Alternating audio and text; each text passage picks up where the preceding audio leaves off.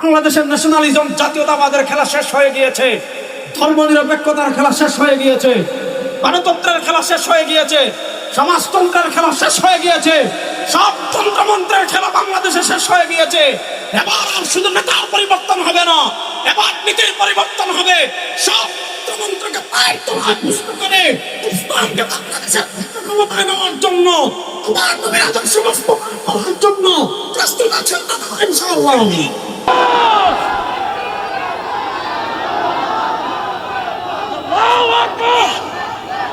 শেষ কথা বলে শোনেন, এই শতাব্দীতে পৃথিবীতে মুসলমানদের বিজয় কেউ দাবায় রাখতে পারবে না ইনশাআল্লাহ। হিসাব খুব সহজ। 1924 সাল থেকে 2024 তারা পিটাইছে, মারছে। 2000 এই শতাব্দীতে মুসলমানরা মারবে ইনশাআল্লাহ। গত শতাব্দীতে পৃথিবীর প্রান্তে প্রান্তে মুসলমানরা পরাজিত হয়েছে, এই শতাব্দীতে পৃথিবীর প্রান্তে প্রান্তে মুসলমানরা বিজয় অর্জন করবে ইনশাআল্লাহ। আপনারা দেখেছেন এই শতাব্দীতে আফগানিস্তানে ইসলামের পতাকা উড্ডীন হয়েছে, এই শতাব্দীতে সিরিয়ায় উড্ডীন হয়েছে। আপনারা জানেন আফ্রিকায় ইসলামের পতাকা উড্ডীন হওয়ার কাছাকাছি আছে। এই শতাব্দীতে জাজিরাতুল আরবে আবার ইসলাম ফিরবে, এই শতাব্দীতে তুর্কিতে ইসলাম ফিরবে, এই শতাব্দীতে ইয়ামানে ইসলাম ফিরবে, এই শতাব্দীতে তুর্কিস্তানে ইসলাম ফিরবে, এই শতাব্দীতে হিন্দুস্তানে ইসলাম ফিরবে ইনশাআল্লাহ। এই শতাব্দীতে বায়তুল মাকদিস বিজয় হবে। এই শতাব্দী না, আগামী বাংলাদেশে কালেমার পতাকাকে বিজয় করার জন্য, ইসলামের পতাকাকে বিজয় করার জন্য প্রস্তুত আছেন না ইনশাআল্লাহ।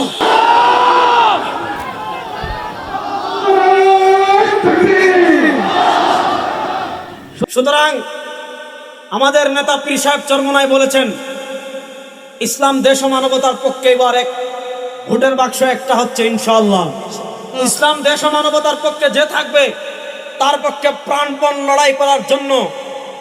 আমরা যদি বিজয়ী না হয়, আমরা তো রাজনীতি করে ইবাদতের নিয়তে, আমরা তো এক কাপ লাল চা খাওয়ার জন্য অথবা এক দুইটা আসন পাওয়ার জন্য অনেকে রাজনীতি করতে পারে। এক দুইটা আসনের জন্য আদর্শ বিক্রির রাজনীতি ইসলামী আন্দোলন কখনো করেনি, সন্দেহ করবো না। সুতরাং ইসলাম দেশ ও মানবতার পক্ষে এবার যাকে পেশ করা হবে তার পক্ষে আপনারা ঐক্যবদ্ধ থাকবেন তো ইনশাআল্লাহ? ইসলামকে বিজয় করার জন্য ঐক্যবদ্ধ থাকবেন তো ইনশাআল্লাহ? ইসলামকে সংসদে নিয়ে সকল তন্ত্রমন্ত্রকে খবর দিয়ে, আমার নবী আমাদেরকে যে আদর্শ দিয়েছেন, আল্লাহ কোরআনে যে বিধান দিয়েছেন, সেই কোরআনের আইনে আমার নবীর আদর্শে তাকওয়াবান মুত্তাকি খুদাবির আল্লাহওয়ালা নেক মানুষরা বাংলাদেশ চালাবে। এটা আপনারা চান কি চান না? সুতরাং ইসলামের বাংলাদেশ গড়ার জন্য প্রাণপণ পরিশ্রম করতে সবাই প্রস্তুত আছেন তো ইনশাআল্লাহ? আল্লাহ ইসলামের বাংলাদেশের পক্ষে কাজ করার তৌফিক আমাদের সবাইকে দান করেন। ধর্মনিরপেক্ষতার নামে যে কাঠামোগত ইসলাম বিদ্বেষ বাংলাদেশে গত 54 বছরে চাষ করা হয়, এই কাঠামোগত ইসলাম বিদ্বেষ থেকে আমরা 2024-এর জুলাই আগস্টের গণবিপ্লবের পর এটা একটা স্তীমিত হয়েছে, কিন্তু এখনো পরিপূর্ণ বন্ধ হয়নি। তাহলে প্রশ্ন হলো, আমরা কি করব? ইসলামী আন্দোলন বাংলাদেশ বলেন, আমাদের কথা বলেন, অনেকে আমাদের কাছে জানতে চায় যে হুজুর আপনারা এখন কি করছেন, আপনারা এখন কি করছেন? এই প্রশ্নের জবাব দেওয়ার ক্যাপাসিটি আমার নেই, কারণ আমি খুবই ছোট্ট একজন দায়িত্বশীল। বাকি আমি আমার নজরিয়াটা বলতে পারি, আমি আমার মতামতটা দিতে পারি। পৃথিবীতে বর্তমানে মুসলমানদের রাষ্ট্র আছে 57টা। তার ভিতর কিছু রাষ্ট্র আছে শক্তিশালী রাষ্ট্র, যেমন পাকিস্তান, তাদের পারমাণবিক অস্ত্র আছে। তারপরে তুরস্ক শক্তিশালী রাষ্ট্র, ইরান যদিও শিয়া তারপরেও তারা শক্তিশালী রাষ্ট্র। আরো অনেক মুসলিম কান্ট্রি আছে, সিরিয়া শক্তিশালী রাষ্ট্র, আরো আছে যদিও যুদ্ধ কবলিত রাষ্ট্র। আমাদের বাংলাদেশের কিচ্ছু নেই। আমি সব জায়গায় দুষ্টামি করি, বলি অনেক জায়গায় যে পাকিস্তানের অ্যাটম বোম আছে। আমরা দেখেন আমাদের বাংলাদেশে কোথায় কোথায় বলে পাকিস্তানি পিন্ডি। এই শুনেন, বাংলাদেশে পাকিস্তানের আর কোনো প্রাসঙ্গিকতা নেই। 1971 সালে পাকিস্তানিরা পরাজিত হওয়ার পর পাকিস্তান বাংলাদেশে আবার ফিরবে, তাদের এজেন্ডা বাস্তবায়ন করবে, এটা একদম পাগলও বিশ্বাস করে না। বাংলাদেশে এখন ফিরতে পারে দিল্লির আধিপত্যবাদ। সুতরাং আমরা পাকিস্তান নিয়ে যতটুকু চিন্তা করবো তার চেয়ে বেশি চিন্তা করবো দিল্লি নিয়ে। আমরা কোথায় কোথায় পাকিস্তানিদের পারমাণবিক অস্ত্র আছে, আমাদের কিচ্ছু নাই। আমাদের একটা রটা সঙ্গীত আছে, আমাদের কি আছে, রটা সঙ্গীত আছে, আমার সোনার বাংলা আমি তোমায় ভালোবাসি। আর আমরা কি করি, 71-এর চেতনা বিক্রি করে খাই, ঠিক না?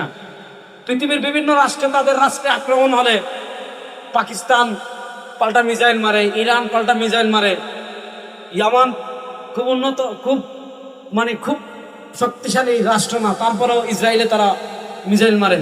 আর আমাদের বাংলাদেশে কেউ যদি হামলা করে কি করবে, শাহবাগ গিয়ে 2-4টা মোমবাতি জ্বালাবে, এছাড়া আর কিছু করার সামর্থ্য আমাদের আছে? কিছুই নাই। কেন কিছু নাই? সমরনীতিতে কেন আমরা পিছালাম? কারণ আমাদের দেশে 54 বছর ভারতীয় বয়ান আমদানি করা হয়েছে। এখন আমাদেরকে কি করতে হবে? আমি আমার ব্যক্তিগত মতামতগুলো বলি। পৃথিবীর যে সকল মুসলিম কান্ট্রিতে ধর্মনিরপেক্ষতা চাপিয়ে দেওয়া হয়েছিল, সে সকল মুসলিম কান্ট্রিগুলোর অবস্থা যদি আপনারা দেখেন, যে সকল মুসলিম রাষ্ট্রে ধর্মনিরপেক্ষতা গিয়েছে সেখান থেকে ইসলামের নাম নিশানা মুছে দেওয়ার চেষ্টা করা হয়েছে। তুরস্কে ধর্মনিরপেক্ষতা গিয়েছে 1924 সালে, মিশরে জামাল আব্দুল নাসেরের মাধ্যমে গিয়েছে 1950 সালে, তিউনিসিয়ায় হাবিব বুরগামির মাধ্যমে ধর্মনিরপেক্ষতা গিয়েছে 1957 সালে। বাংলাদেশে ধর্মনিরপেক্ষতা এসেছে 72-এর সংবিধানে। আমি 4টা মুসলিম কান্ট্রির কথা বললাম, তিউনিসিয়া, মিশর, তুরস্ক, বাংলাদেশ।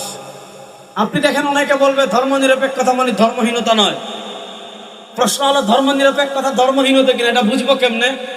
এটা বুঝতে হলে যে সকল মুসলিম রাষ্ট্রে ধর্মনিরপেক্ষতা প্রবেশ করেছিল ওই সকল মুসলিম রাষ্ট্রের অবস্থা দেখেন। ধর্মনিরপেক্ষতা প্রবেশ করেছিল কামাল পাশার মাধ্যমে তুরস্ককে তছনছ করে দিয়েছে।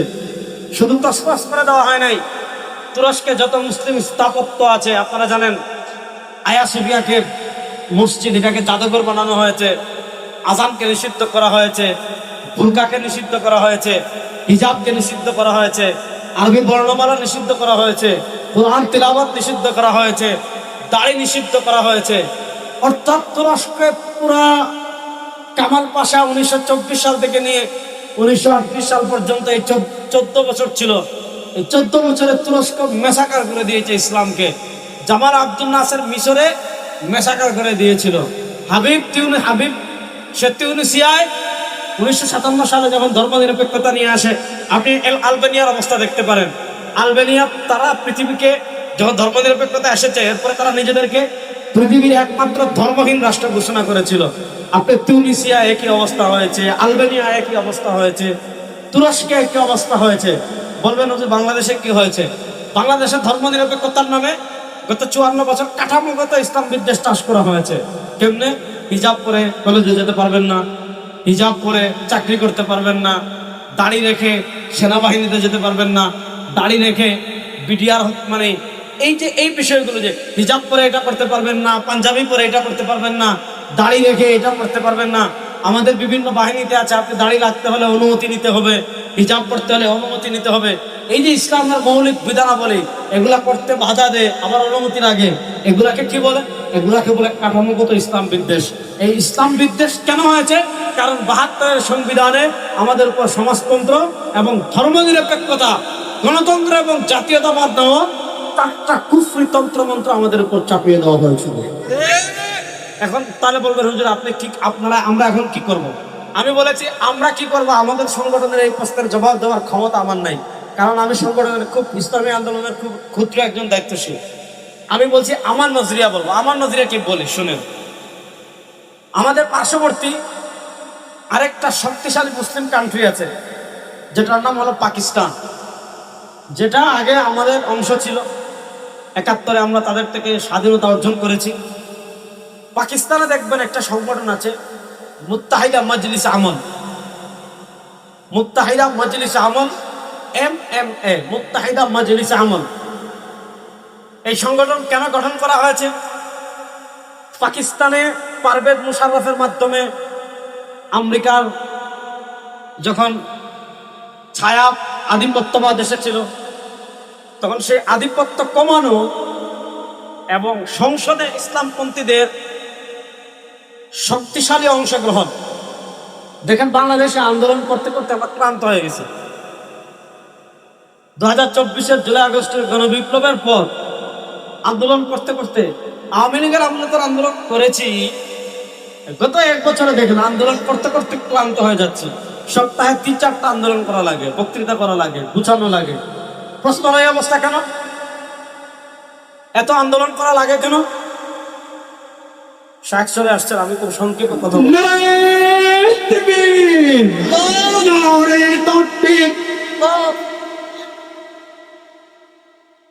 পাকিস্তানে পাকিস্তানের একটা সংগঠন আছে মুত্তাহিদা মজলিস আমল। আপনারা গুগলে সার্চ দিলে দেখবেন MMA।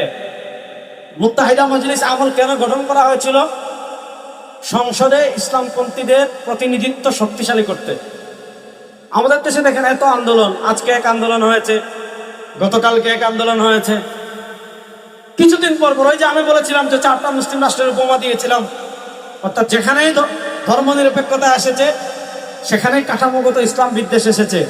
এজন্য দেখেন কখনো গানের শিক্ষক নিয়োগ দেয়, কখনো জাতিসংঘের মানবাধিকার কার্যালয় করে, কখনো নারী সংস্কার কমিশন করে, হ্যাঁ, কখনো আপনার হাদিস অস্বীকারীকে আপনার NCTVর ধর্মীয় বই সম্পাদকের তালিকায় দিয়ে দেয়। অর্থাৎ আন্দোলন করতে করতে আন্দোলন তার শেষ হয় না, একটার পর একটা। এখন মনে করেন আমরা আছি 92%, আপনি মনে করেন আছেন 91%, আর বাংলাদেশে মনে করেন ধর্মনিরপেক্ষতাকে একদম যারা আদর্শ মনে করে তারা আছে 1%। কিন্তু সমস্যা হলো সব মেকানিজমের জায়গায় তারা বসে আছে, যেখান থেকে সিদ্ধান্ত হবে তারা বসে আছে, যেখান থেকে আইন হবে তারা বসে আছে। তারা আইন করবে, আপনি 5-6 দিন আন্দোলন করবেন। বাংলাদেশ হলো ইস্যু কেন্দ্রিক, একটা ইস্যু আসবে মানুষ ভিতরেরটা ভুলে যাবে। এইভাবে এই ডক্টর ইউনূস বলেন, এনজিও সরকার বলেন, আগের আওয়ামী লীগ বলেন, সামনে যে আসবে সবাই এইভাবে তাদের কার্য, কেউ আমেরিকার পারপাস সার্ভ করবে, কেউ ইসরায়েলি এজেন্ডা বাস্তবায়ন করবে। এবং আমেরিকার যে আধিপত্য আমাদের দেশে আসতেছে, এবং আমেরিকাকে যেন আগে যে মানুষ কেউ ইন্ডিয়াকে নমস্কার করত, এখন কেউ আমেরিকাকে নমস্কার করা শুরু করেছে। এর প্রমাণ কি? 2টো প্রমাণ দেখাই। আমেরিকার বিশ্বব্যাপী 2টা এজেন্ডা আছে। একটা হলো LGBTQ কে প্রতিষ্ঠা করা, পশ্চিমা বিকৃত যৌনাচারকে প্রতিষ্ঠা করা।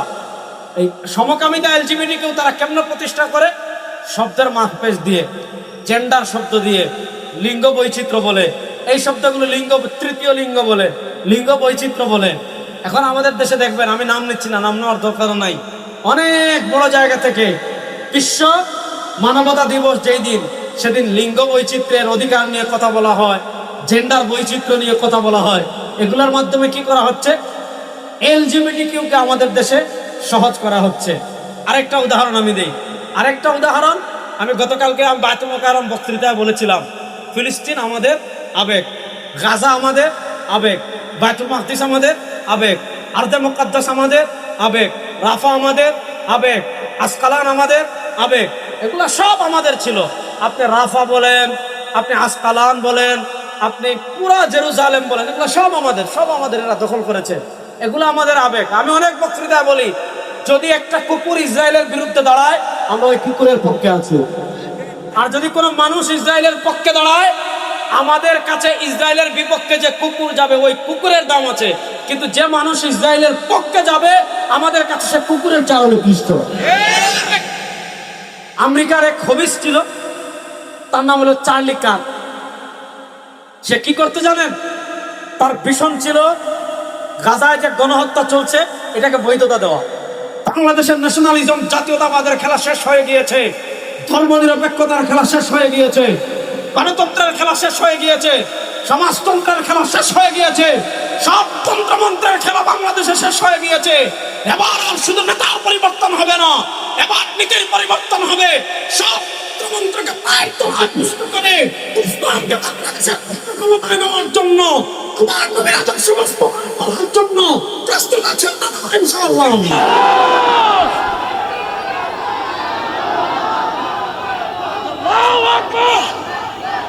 শেষ কথা বলে শোনেন, এই শতাব্দীতে পৃথিবীতে মুসলমানদের বিজয় কেউ দাবায় রাখতে পারবে না ইনশাআল্লাহ। হিসাব খুব সহজ। 1924 সাল থেকে 2024 তারা পিটাইছে, মারছে। 2000 এই শতাব্দীতে মুসলমানরা মারবে ইনশাআল্লাহ। গত শতাব্দীতে পৃথিবীর প্রান্তে প্রান্তে মুসলমানরা পরাজিত হয়েছে, এই শতাব্দীতে পৃথিবীর প্রান্তে প্রান্তে মুসলমানরা বিজয় অর্জন করবে ইনশাআল্লাহ। আপনারা দেখেছেন এই শতাব্দীতে আফগানিস্তানে ইসলামের পতাকা উড্ডীন হয়েছে, এই শতাব্দীতে সিরিয়ায় উড্ডীন হয়েছে। আপনারা জানেন আফ্রিকায় ইসলামের পতাকা উড্ডীন হওয়ার কাছাকাছি আছে। এই শতাব্দীতে জাজিরাতুল আরবে আবার ইসলাম ফিরবে, এই শতাব্দীতে তুর্কিতে ইসলাম ফিরবে, এই শতাব্দীতে ইয়ামানে ইসলাম ফিরবে, এই শতাব্দীতে তুর্কিস্তানে ইসলাম ফিরবে, এই শতাব্দীতে হিন্দুস্তানে ইসলাম ফিরবে ইনশাআল্লাহ। এই শতাব্দীতে বায়তুল মাকদিস বিজয় হবে।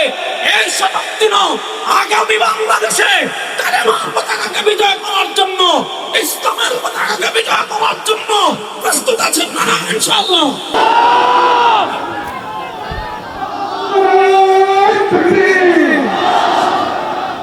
সুতরাং আমাদের নেতা পীর সাহেব চরমোনাই বলেছেন, ইসলাম দেশ ও মানবতার পক্ষে এবার এক ভোটের বাক্স একটা হচ্ছে ইনশাআল্লাহ।